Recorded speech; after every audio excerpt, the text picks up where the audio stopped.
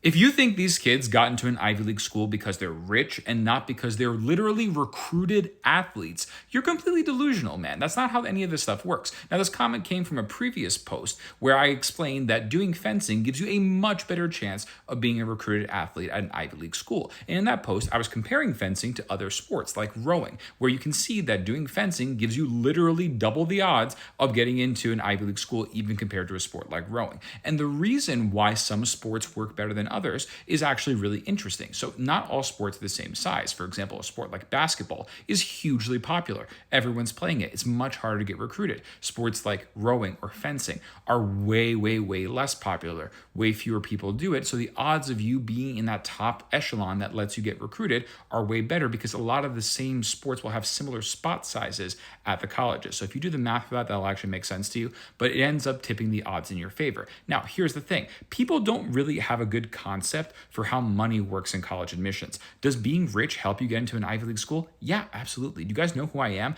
I literally advise people specifically who can pay me to help them get into Ivy League schools.